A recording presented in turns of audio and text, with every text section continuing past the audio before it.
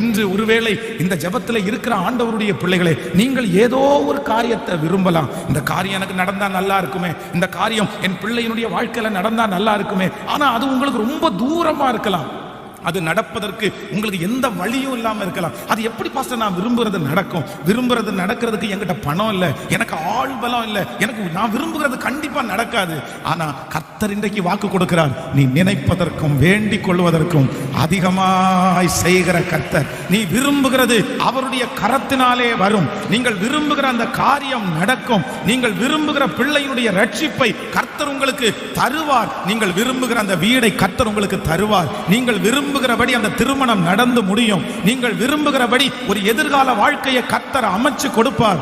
ஹல்லேலூயா. நான் இந்த பலிபீடத்திலிருந்து தீர்க்க தரிசனமாய் சொல்லுகிறேன், என் ஆண்டவருடைய பிள்ளையே, நீ விரும்புகிற காரியத்தை கர்த்தர் உங்களுக்கு கைகூடி வர பண்ணுவார். எல்லாரும் கையை மேல உயர்த்தி